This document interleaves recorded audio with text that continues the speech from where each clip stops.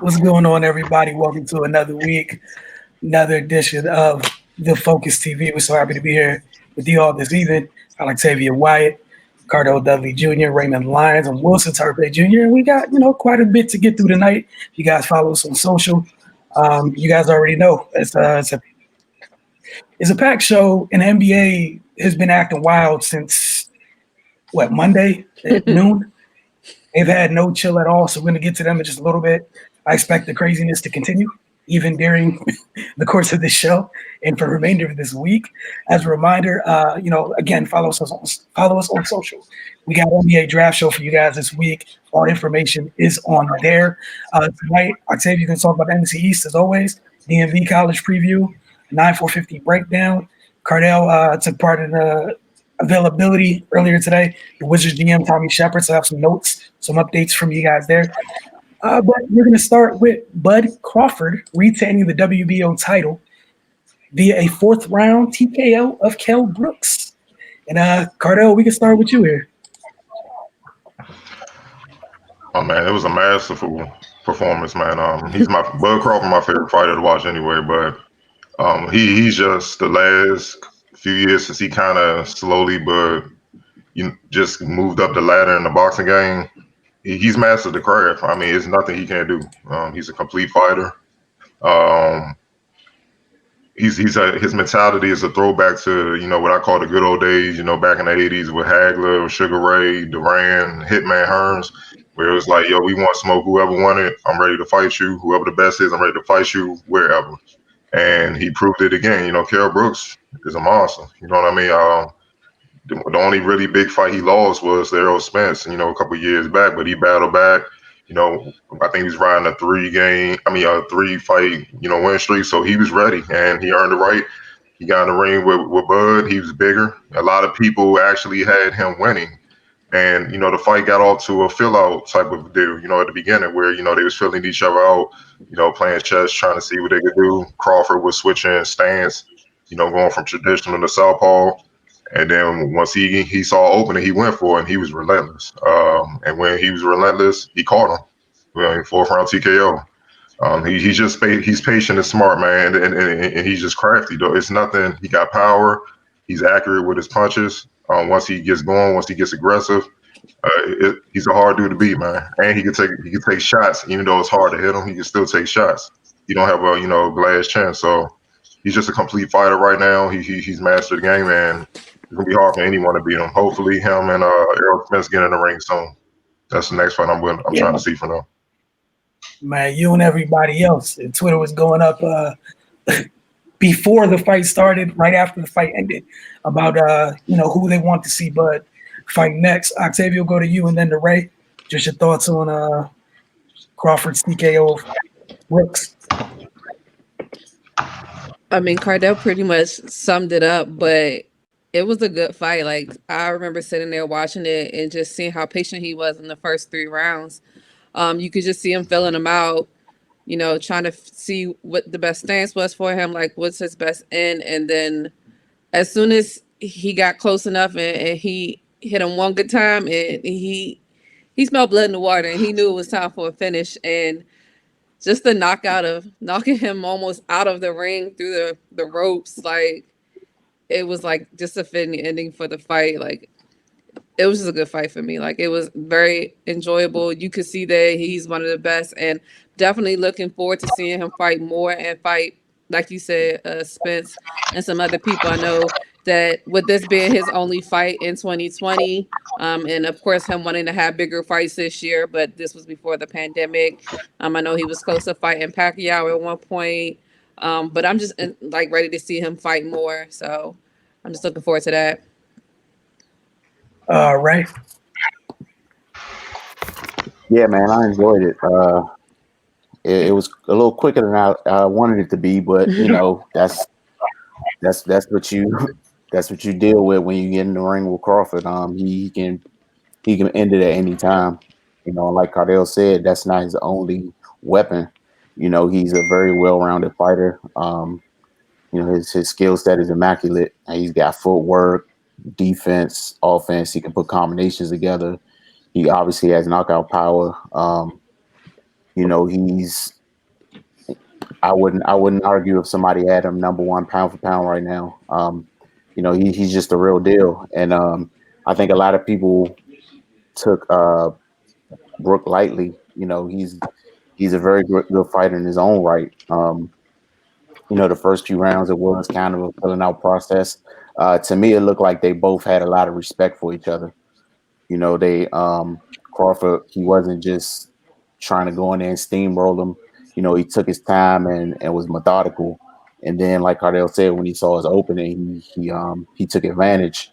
Um, you know, it's unfortunate for Brook, you know, but when you're getting if it's a difference when, like, if he took Crawford to the distance, you know, and lost in a close decision, you know, it's just different than, you know, getting knocked out like that.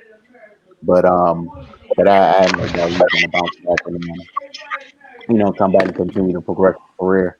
But of course, like the majority of boxing fans, we want to see Crawford and Spence get into it. You know, Spence has got to take care of business next month, which I think he will. And you know, it really is only one fight to make after that. But yeah, man, Bud Crawford, he's just a beast, and he showed why he gets the gets the praise that he gets this past weekend. Nah, just to finish this off, yeah. There's not too much to add, but it escalated so quickly. Like when it turned so freaking quick. It felt like when he landed that one right, then, and you knew it was over because when Kell got caught, and you heard Kell say it afterwards, like you could tell he didn't see it. You just know he felt it, but he didn't see it. And I think one of the other things I enjoyed was just with him, you know, Kell having a height. Obviously, you know, it wasn't overlooked too much, but the fact that Bud had the reach advantage. You know, even Kell started off the jab early, but you know, as Cardell mentioned, you know, when he switched stances and whatnot, you saw where the reach advantage came to play. You know, because even a couple of ones when he caught him, he wasn't stepping in. Just the reach was the reach. But it was a good fight. Like Cardell said, everybody's waiting for him and Spence. Hey, yo, Brooke, that quote you was talking about, Brooks said, "Never in my career, nobody has ever done that to me, not even in sparring." So that tells you how nasty Bud is. Yeah. Like, it's crazy. But we're going to move on unless anybody had anything to add. What we are going to do is, Octavia, what happened to your division this week, buddy? What's going on over there? Exciting race. You see how I'm scratching my head, right? I don't know if you call this an exciting race that's happening in the NFC East. I would not.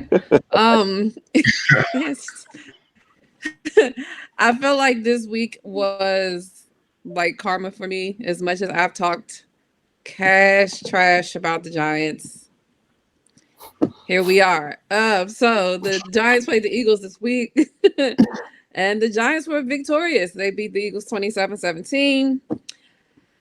Daniel Jones was 21 of 28, 244 yards, 9 carries for 64 yards and 1 rushing touchdown.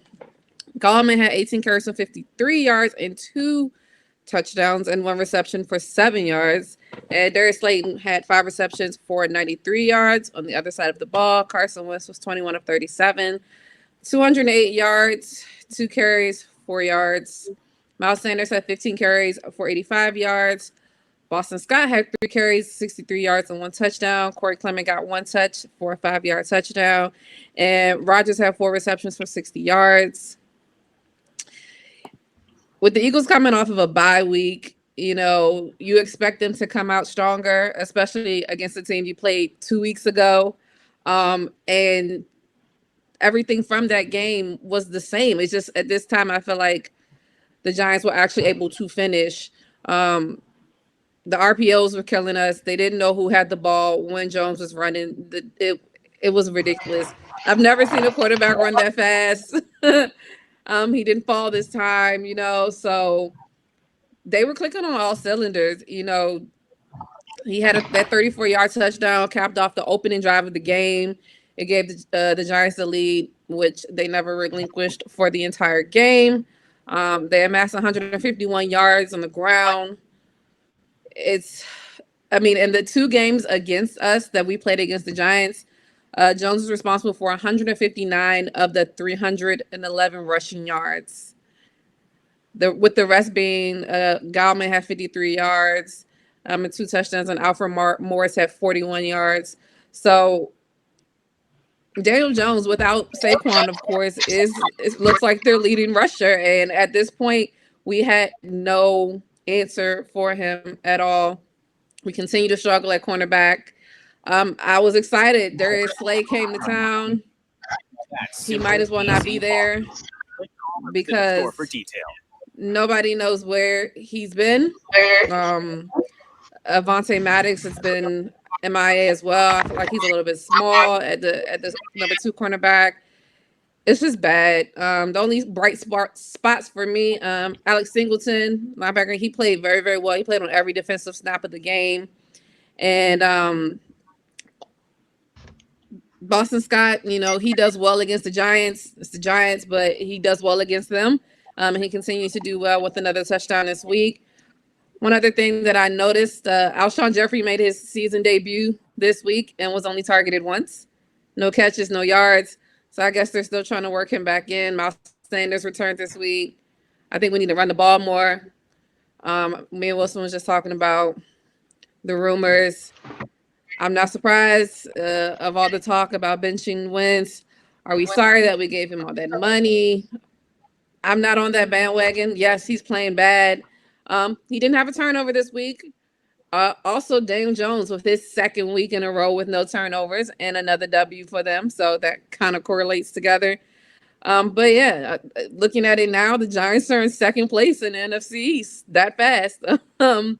It comes real quickly. Their next game, they're going to be a bye next week. So they're 3-7 at 2nd. Right now, the Eagles are 3-5-1, still in 1st place, and they play the Browns next week. There was only one other game this week in the NFC East because the Cowboys were also on a bye. They will be coming off of their bye next week, and they'll be playing against the Vikings. But the last team that played was the Washington football team, and they played against the Lions this week. The Lions beat the Washington football team 30-27. Alex Smith was 38 of 55, 390 yards, 2 carries for 4 yards. Gibson had 13 carries, 45 yards for 2 touchdowns and 4 receptions for 20 yards. And McLaurin had 7 receptions, 95 yards, 1 carry for 27 yards and 1 fumble lost. The Lions came out strong. They built a 20-point lead on Washington. The offense, didn't look as the Washington football team offense didn't look great, but their defense didn't look great either. And their defense has really been a strong point for them this year. But Washington was able to get back in the game, scoring 21 unanswered points. Then to watch the Lions kick a field goal to take the lead again. But Alex Smith and company were able to mount another series, get down the field and score and tie the game up. There was a little bit of time left. Looked like it would be going to overtime. But my favorite Washington football player at this point is Chase Young. He made his first crucial rookie mistake. With 12 seconds left in the game, he was hit for a roughing the passer on Matt Stafford, which automatic 15 yards puts them right back in play. Where after that they were able to get 9 more yards, get close enough for the kicker to get a good look at it. 59 yards, kicked it through, and instead of going to overtime, the Lions won 30-27.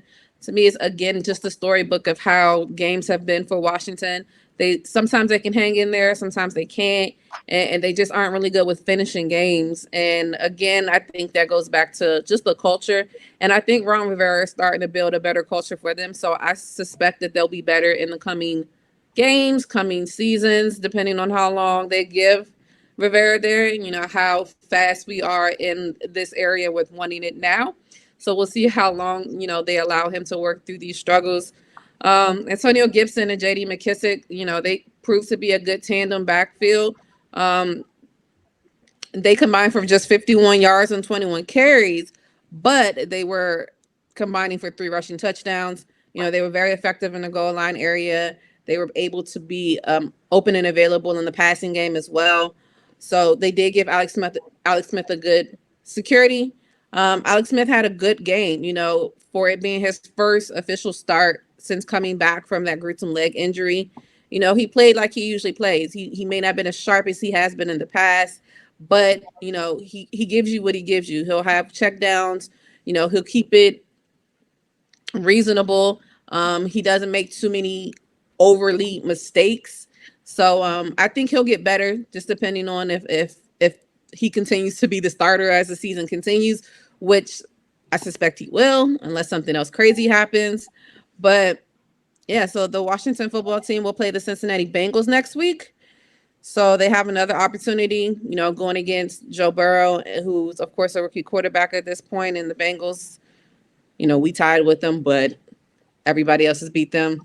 And the Washington football team beat us too. So you never know what can happen in NFC East. It's literally not even game to game. It's like day to day. Like, who knows what's going to be the situation as time goes on. Like I said, like the Giants were in last place last week. They're in second with 1 win. You know, they're 3-2 in the division. If you look at it, you know, they beat the Washington football team twice. They beat us once. So they actually have the best record in the division. It's just that we have, you know, 1 less loss than them. We did tie with them. Yeah, so it's still lonely down here at the NFCs. Don't worry, nothing's going to change anytime soon. Y'all the 45 of the NFL. That's the problem. I don't like that, but I get what you're saying. I can't condone that. But I get your thought process. Hey, I see why the viewership down. They be like, man, this will get the NFL. 2021, we be back, baby.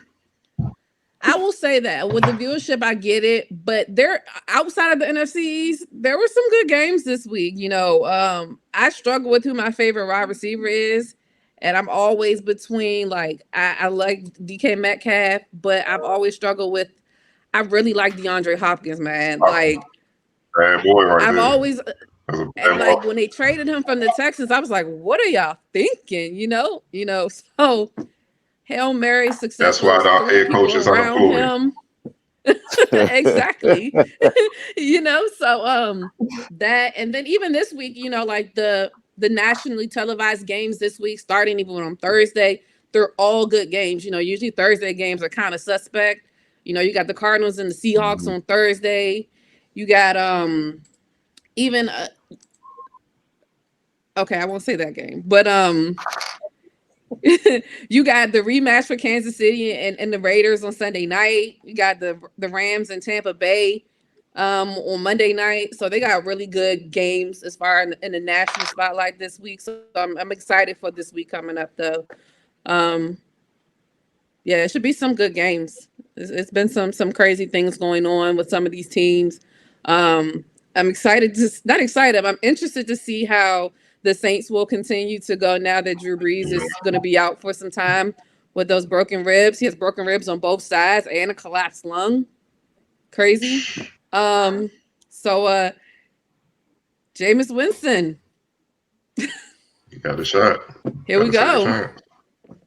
Here we go. You know, because you know I don't foresee them ever like really giving Taysom Hill like the reins, like quarterback reins. He's always going to be in the mix, but Jameis Winston, this is your time to shine. You know, Teddy Bridgewater did it last year.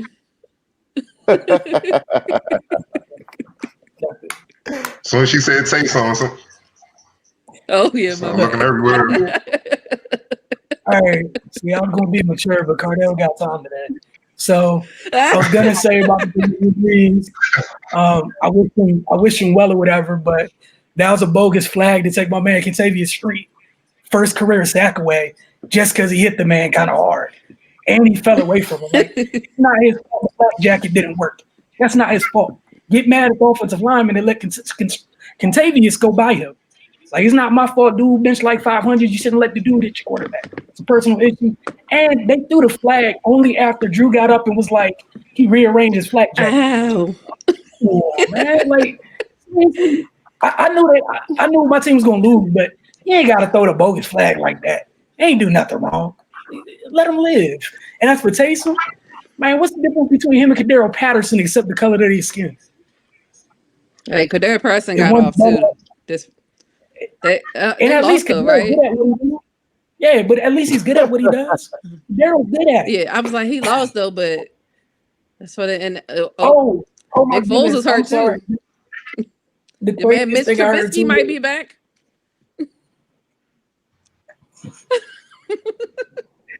It's getting real out here. Saying.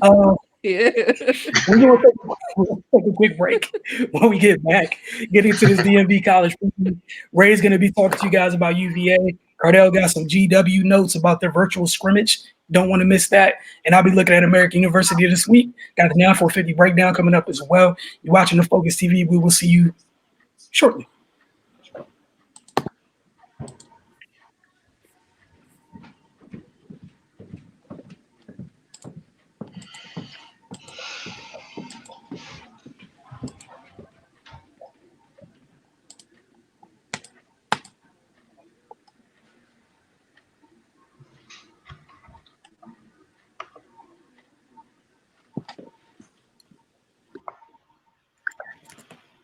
Welcome back to the Focus TV. If you just tuned in, Octavia just knocked out the NFC East segment. We already talked about Bud Crawford and what he did to one Kell Brooks this Saturday evening. Ray, we're going to start with UVA, man. I think it's UVA men's. What you got for us this week? Yeah, going to be talking about the University of Virginia Cavaliers. Things are looking up for them, man. They're technically still the reigning champs due to the tournament being canceled because of COVID. Last year the 1920 team was starkly different to the 18-19 title team. They struggled mightily on offense last year. They were one of the worst teams in the country, basically. As opposed to 18-19 when they won the title, they had the fourth ranked offense in Division One. Nevertheless, they still finished 23-7. They were second in the ACC. That's just a testament to Tony Bennett and his staff. They from 18-19 to 19-20, their offense dropped 14 points per game, and they were still able to have the season that they had. So that just tells you they're gritty, they're tough, they do the dirty work, and that type of stuff goes a long way to winning basketball games. Some key departures for them, Mamadi Diakite and Braxton Key, they were the team's two leading rebounders. Their inside presence is definitely going to be missed. That was really one of the benchmarks for their team last year. They controlled the boards, and they were able to dictate the pace of the games. Even with their struggling offense, they didn't give up a lot of second chances, and and they were able to get second chances on or offensive rebounds on their end.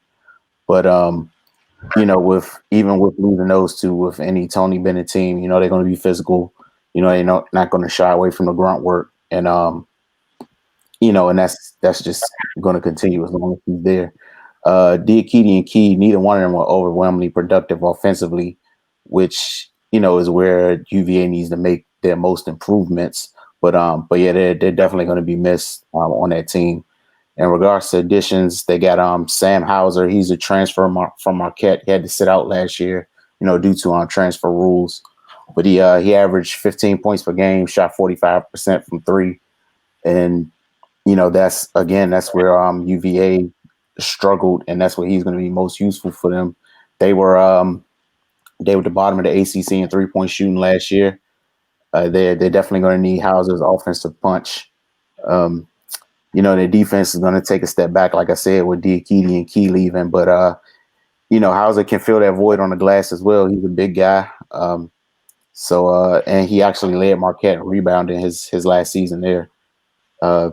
Reese Beckman, he's going to be key for them because they're their starting point guard, Kell Clark, he was his usage was crazy last year. He played 37 minutes a game, and they were looking for him to be the number one offensive option as well, and that's just not what he does. So Beekman's he's gonna be able to give him some breathers, and they can play them both at the same time as well because they're both capable ball handlers. Beekman's a straight up floor general. He can balance scoring and playmaking really well, and he takes care of the basketball. So he should be a good addition for UVA this year. They also got Jabri Abdul-Rahim coming in. He's the son of former NBA player and current G League president Sharif Abdul-Rahim. He's just a well-rounded player, man. He can flat out score. He averaged 32 points a game as a senior in high school. He has 3-point range. He can put the ball on the floor and get to the basket. He's also a capable defender, which, will fit right into what Tony Bennett likes to do. Bennett's usually reluctant to give freshmen big minutes, but, with Raheem's capabilities on offense and with his defensive acumen, he'll be starting. In regards to returning players, I mentioned Kell Clark. He is one of the best point guards in the conference. Last year his numbers really didn't reflect that, but a lot went into that. Like I said, their offensive struggles it was pronounced. A lot fell on his shoulders. Like I mentioned, he played pretty much the entire game. That led to a lot of turnovers and things of that nature. But, he's most effective as a facilitator. And with the team they're bringing in this year, it looks like he's going to be able to mainly focus on that. And, with him doing that and setting other guys up, their offense should look totally different. Casey Morsel, he's going to be an X factor for them. He was expected to be that constant offense. He had a slightly disappointing season last year from an offensive standpoint. He averaged 4 points a game on 27% from the floor. Obviously that needs to go up. He did show flashes at times, but it's just going to have to be consistent. If he can produce offensively, he could really be the spark for them. But if he continues to struggle, then he'll most likely see his role reduce, especially if other guys are stepping up. But, all in all, UVA, they got a great chance to make some noise and go on a deep run. They are the preseason favorites to win the ACC.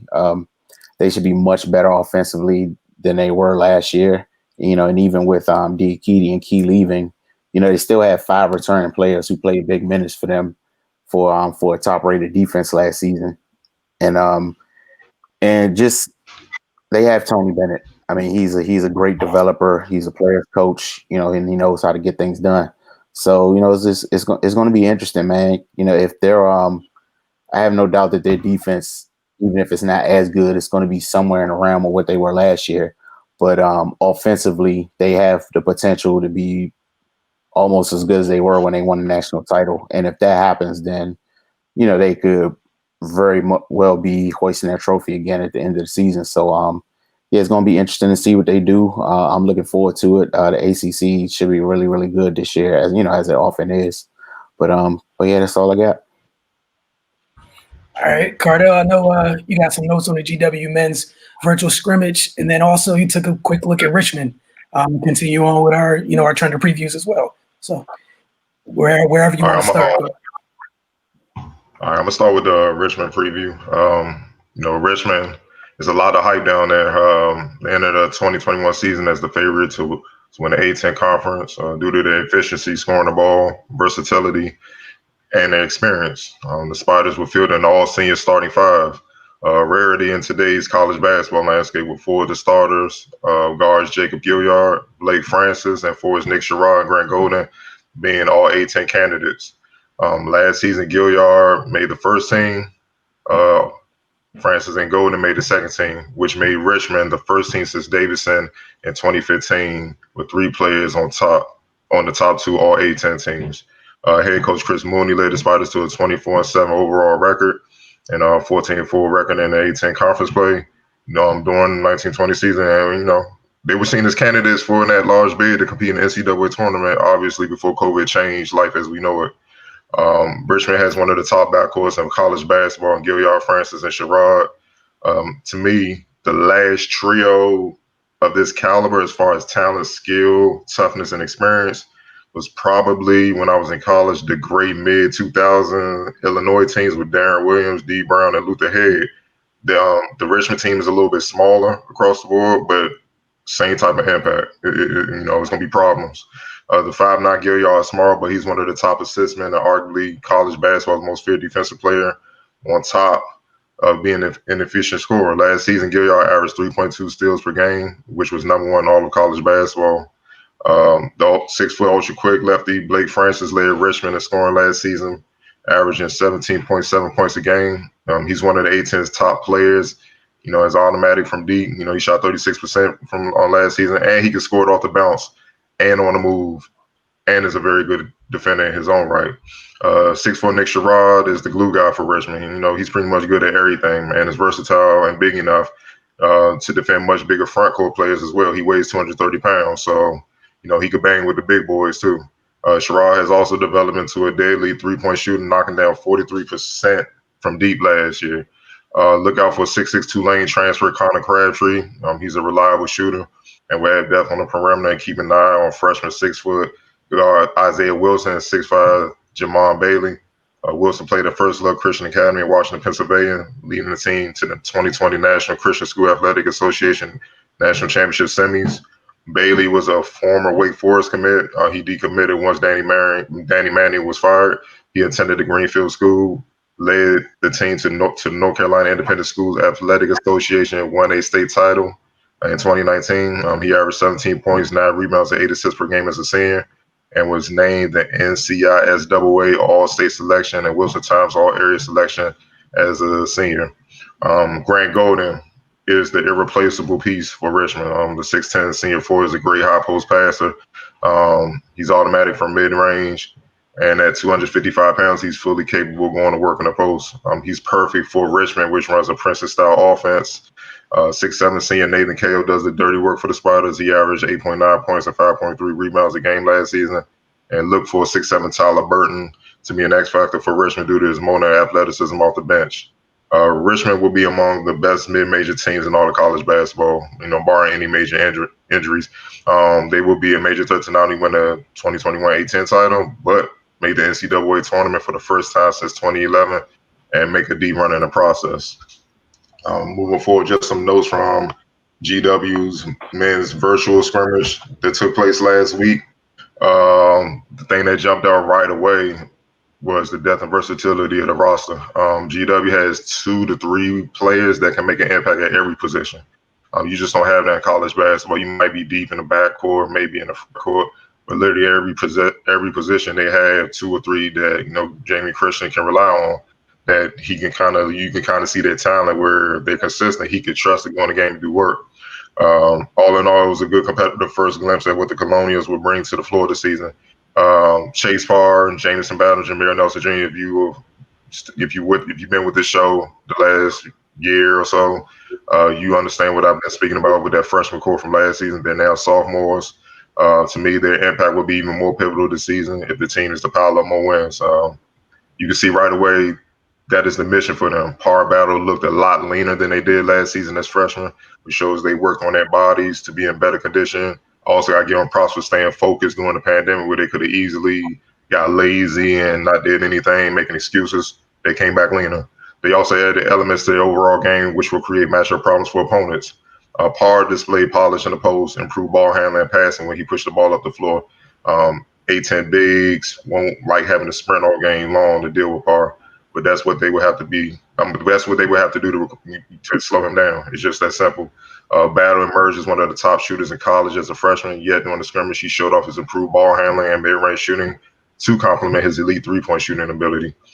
Speaking of which, Battle knocked down, I believe, 5 triples in a row at one point during the scrimmage. Now, defenders will have to worry about him being a scoring threat from all 3 levels instead of basically at the 3-point line. Jameer Nelson Jr. passed the ball well, making great decisions when looking to find teammates for scoring opportunities, which at times he struggled with last season as a freshman. His on-ball defense, however, was impressive. Nelson uses great quickness and explosiveness to steal the ball from Bishop a couple of times. for dunks and to slow down opposing guards from getting by him trying to snake screens. Meanwhile, he was his usual self, breaking down the defense and finishing inside. To me, the returning sophomore trio looks ready to make the jump. Many expect him to in the A-10. James Bishop, transferred from LSU, former Mount St. Joe's star up in Baltimore. He reminded everybody why he was so coveted coming out of high school. He's a natural scorer. He scored the ball at will during the scrimmage from all three levels, every way possible. He's as crafty as it gets when putting the ball in the hole. The only negative in his performance were the sloppy turnovers, but that will improve as he continues to adjust to his teammates, once the games begin. Look for Bishop to be someone Jamie Christian leans on to get a basket if the offense becomes stagnant during the season. Hunter Dean is a super athletic big. That will be a Smith Center favorite once the season begins. He can run the floor, finish well at the basket, and is always a threat to put defenders in the basket. He's bouncy, and he's 6'9", man, bouncy. So, it's going to be fun watching him play this year. He's a capable three-point shooter, too. He will be a consistent target for lobs from all the Colonial guards throughout the season. Freshman Noel Brown, Tyler Brailsford fit right in, and you can see that they're comfortable, which is key to the success of any freshman. It was fun seeing Brown battle Parr in the post. Parr got the better of him. Obviously he has more experience, but Brown dished out some blows inside as well, finishing inside, altering shots and rebounding the ball.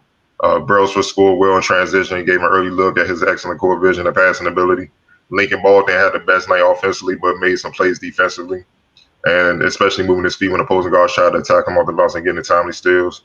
The freshman had talent and will get an opportunity to contribute this season. Matt Moyer in the post for the most part at Syracuse and Vanderbilt. Yeah, at 6'9", he was out on the perimeter during the scrimmage. He looked very comfortable making plays off the bounce, defending out on the perimeter and being a vocal leader. He has the most experience on the team. As Christian mentioned during the broadcast, and would be key to helping speed up the learning curve, of his younger teammates. Sloan Seymour is another sniper, just like Battle. Added to the equation, him and Battle together would give opponent fits with their long-range shooting. Seymour has size, a quick trigger, and is highly efficient. With the way GW can move the ball in a way they want to get up and down the court, Seymour should shine this upcoming season. GW's picked to finish 11th in the conference for this upcoming season in preseason poll, but seeing their talent and the type of chemistry that they already have, that will obviously get better as the season progresses. I can see them kind of, being a surprise dark horse to move up in the conference and surprise a lot of people. All right, going to wrap up this week's DMV College Preview with American University. They went 16-14 last year, 12-6 in the conference. They were led by Seed Nelson, 18.5 points per game. He also ended up being the Patriot League Player of the Year and finished his collegiate career as AU's all-time leading scorer. Following him in the scoring department was Jameer Harris, who averaged 11 points a contest. With Nelson having graduated, Harris is going to need to step up his production just a bit. He did shoot 39% from three last year on 169 attempts. The only issue is he shot better from range than he did from the floor, 39% to 38%. Again, with Nelson gone, he's going to have to, get that shot selection just a little bit better, be a little bit more efficient in that regard. Stacey Becton returns as well, providing them a lockdown defender on the perimeter. He made the Patriot League all-defensive team last year. Several players rather, who have an opportunity to earn a role this year for AU guards Christian Sutton, Ben Lebarski, and Connor Nelson. Connor Nelson shot 36% from deep last season, 128 attempts. They'll need him to continue to provide production from range this year, as him and Jameer Harris, those were the only two on the roster last year that took more than 100 threes. And again, one shot 39 from three, the other shot 36, not incredibly bad when you think about the volume at all. They're going to need some production from their JUCO transfer, Christian Lauren. Clearly, front court was an area of focus in this recruiting class, with the additions of 6'9" for Johnny O'Neal and Matt Rogers, both of which are freshmen. There's a nice balance of upperclassmen on this roster to go with their youngsters, including St. Andrews and Team Durant alum Colin Smalls. But as far as some of the things that have to improve this season, in terms of how far they could go in the Patriot League, rebounding. They have to do better on the glass. And clearly, as I just mentioned, with what they did in terms of going to acquire bigger bodies to help them do that, clearly it was an area of focus and need. And they need to take better care of the ball. It's never good when your turnovers are within 20 of your assists for the season. Never a good thing. So again, those are just some things to keep an eye on as we see how their season plays out this year in the Patriot League. Oh man, Jamal Hayward, the 9-4-50 breakdown each and every week. He's extremely consistent with this. So this week, he will be breaking down a pro hop and secondary finish. Again, it's a pro hop and a secondary finish. When we come back, Cardell's going to break down Tommy Sheppard's availability he had with media today, followed by some rapid fire, seeing what the time looks like. You're watching the Focus TV, and enjoy the 9-4-50 breakdown, which will be followed by our second break. All right, today we're going to work on some finishes off the pro hop, a normal finish off the pro hop, and another option off the pro hop for a finish as well also. So pro hop basically means when you take this dribble here, get off of 2 feet, land in another spot on 2 feet. Now, high school, you gotta land on 2 feet. College, you gotta land on 2 feet. When you become a pro, whether it's overseas or NBA, you can use the 1-2. So it's not required for you to land on 2 feet. So, I'm staying on this side. Normal hop step. Finish. Okay? So, land on 2. I circle the ball around. Now, ball placement is key as well also. Here, bring it to the right side. You bring it to the right side because the defender could be going here, but a lot of times when you're down here, it's normally somebody that's taller, so they can reach with their long arms. So you want to hide the ball away from them. So, here, finish. Now, here's an option. When I'm driving to the basket here, I got a defender here. I can pull hop to create contact. Now, if the defender doesn't necessarily move out the way when you hop step, when you bring the ball here, here's an option that you have. Lay it up on the same side. So, I've created contact, move the defender away. Now finish it on this side. The defender's on here. It's all about reading how the defender plays you. So, here, finish. Same thing on this side. Finish. Now, this time, if the defender's playing on your hip, keep the ball here instead of here where you can get it. Keep the ball here and finish. So it's all about reads. All right, today we're going to work on some finishes off the pro hop, a normal finish off the pro hop, and another option off the pro hop for a finish as well also. So pro hop basically means when you take this dribble here, get off of 2 feet, land in another spot on 2 feet. Now, high school, you gotta land on 2 feet. College, you gotta land on 2 feet. When you become a pro, whether it's overseas or NBA, you can use the 1-2. So it's not required for you to land on 2 feet. So, I'm staying on this side. Normal hop step. Finish. Okay? So, land on 2. I circle the ball around. Now, ball placement is key as well also. Here, bring it to the right side. You bring it to the right side because the defender could be going here, but a lot of times when you're down here, it's normally somebody that's taller, so they can reach with their long arms. So you want to hide the ball away from them. So, here, finish. Now, here's an option. When I'm driving to the basket here, I got a defender here. I can pull hop to create contact.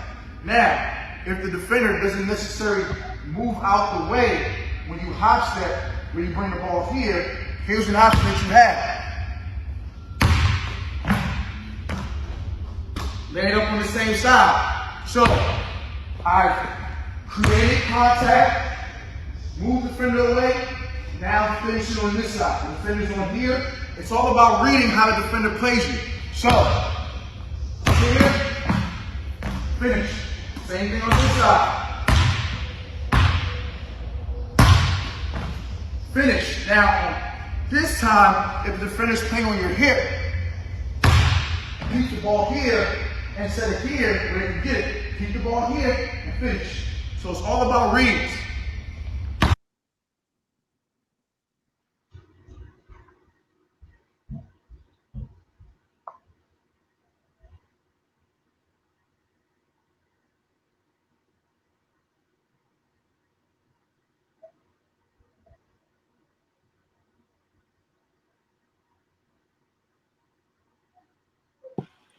Welcome back to the Focus TV. And again, thanks to Jamal Hayward for the 9-4-50 breakdown each and every week.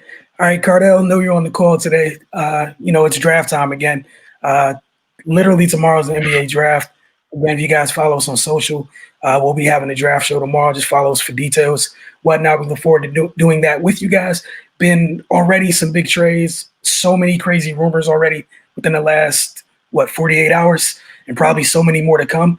So, Cardell, what happened tonight earlier today, rather, on the call with Wizards GM Tommy Sheppard?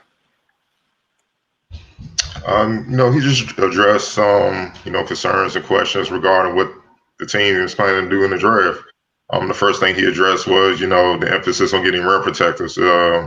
It's no secret that the Wizards defensively left a lot to be desired, especially up front in the front court. He said we need rim protection, but, if that type of player isn't available at ninth in the draft, he said we're not going to sit around and hope that player is there. He said hope isn't a strategy. He said we're going to look at who is the highest on our board, and if he fits our needs, we will select him. We want to have a balanced roster. We're looking at free agent and potential trades as well. Obviously, John Wall needing help at the point guard spot as far as reserves and stuff. He addressed that. Tommy Sheppard was, put emphasis on John Wall won't be playing 38 minutes. Speaking of John Wall, we'll talk about some rumors that just popped up right before the show in a little bit. John Wall won't be playing 38 minutes anymore. And he said, getting an early look at a tentative schedule, he said the Wizards may play 14 back-to-backs this upcoming season. So he said they're looking at everything. But he said, the goal is to help John and make sure, they have a good backcourt behind them, some good backup as far as, like Ish Smith and Shabazz Napier. You've seen Troy Brown get back there. Obviously Brad brings it up. Even Bonga last year, at times he brought the ball up. So they said they're going to do whatever they got to do to protect John's health. But the days of him playing 40-plus minutes a night, he said those days are over. They talked about how the pandemic helped them or hurt them as far as scouting as a unit within the organization. He said the added months brought them together, brought them closer as a unit. He's talking about the scouting staff. He said, being virtual, you're eye to eye with everybody, whereas normally guys are all over the world scouting, so you just give reports or whatnot. And obviously during the season, the GM is in building, doing what he needs to do, you know what I mean? So it's hard to kind of daily just keep in contact, see each other. You're just dealing with each other on emails and, reports. So he said they've grown closer through this pandemic, instead of being road warriors and being in gyms all around the world. Just anticipating the draft and what they're going to do in free agency. He said, everybody that's involved loves doing this. So that also helps, you know what I'm saying? They're into it, it's enthusiasm to come in and talk about different players and who might be a fit if they get a chance to draft them or, trade for them or whatnot, or pick them up through free agency. Obviously the question about some other teams came up as far as like Milwaukee and what they did getting Drew Holiday. And he said when you see teams like Milwaukee putting all their chips to the table to win, does it make it harder to win? He said, yes and no. But he said no one wants this team to be better and more than we do as a franchise. What's best for us is everyone wants to win. We're going to continue to work to get better. We're going to draft someone that fits. We can't stop at every single dog that barks. You know what I mean? Just because Milwaukee made a move, don't mean we gotta make a move to try to keep up with them. He said we have to focus on what's best for us. He said I'm not worried about another team, where we are moving forward. We discuss things with our players often. Talking about obviously Brad and John, they're well aware of where we're going, what the plan is. He addressed Bradley Beal trade situation. He was adamant. He said Bradley is not going anywhere. He's the cornerstone of our franchise. He said, I like getting calls from everyone being sarcastic around the league. We can catch up. I can catch up with friends around the league. But he said, but regardless, they'll get the same answer as before.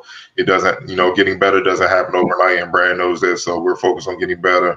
Brad is working to get better. So that's our focus moving forward.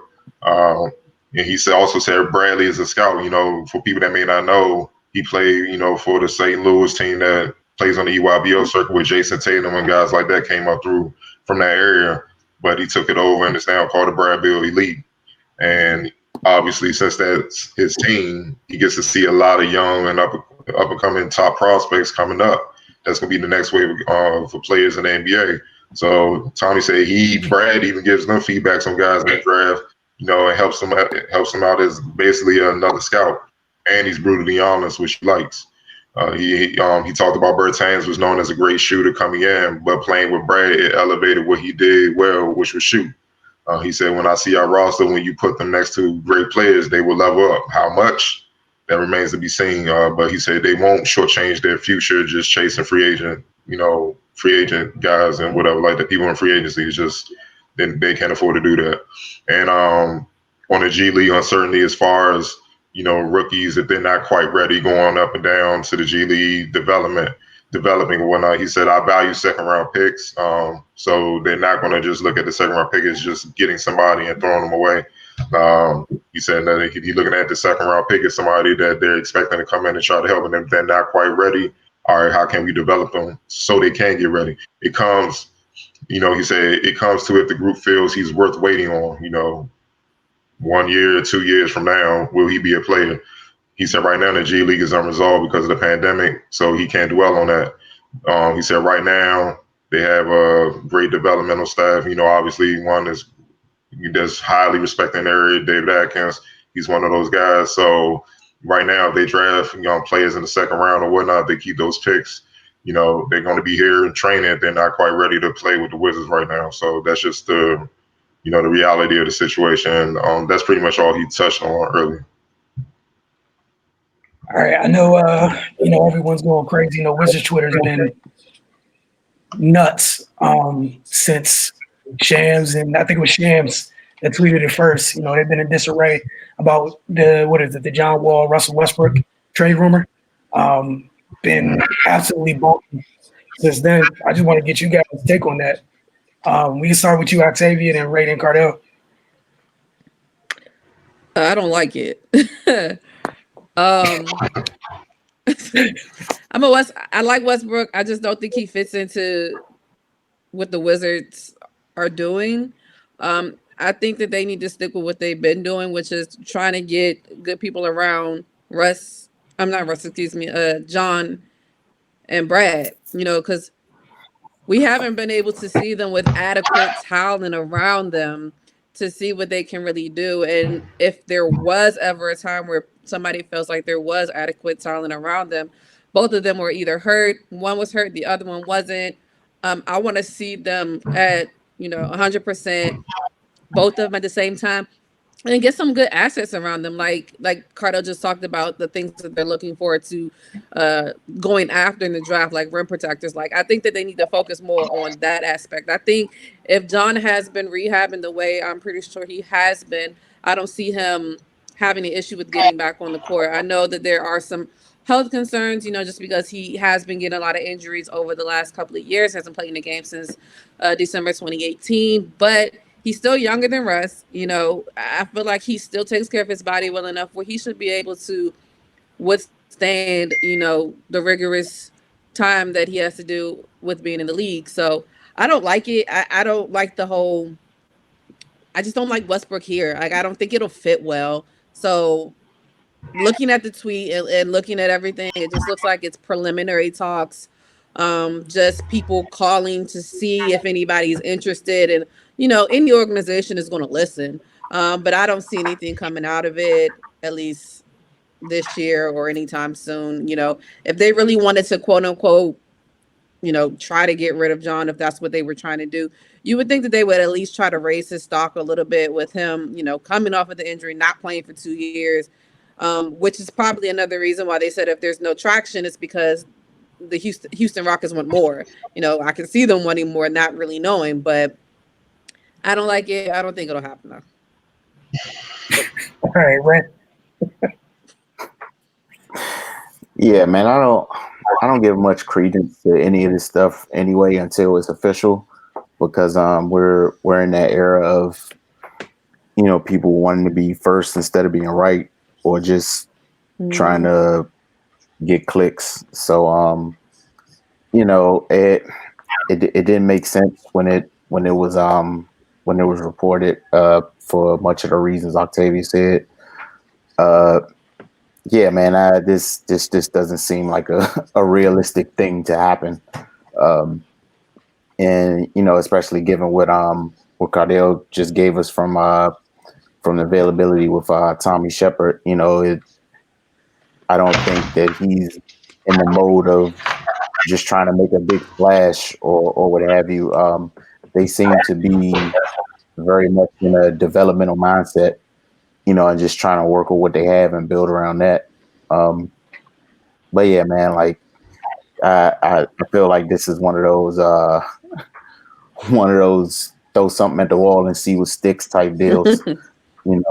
If I get the feeling people say a lot of things where it'll be if it ends up happening, great. They'll say how much of a prophet they are, and if it doesn't happen, it'll just be a tweet in a long line of tweets that never made sense to begin with. But yeah, I don't think people should be paying much attention to this. Cardell?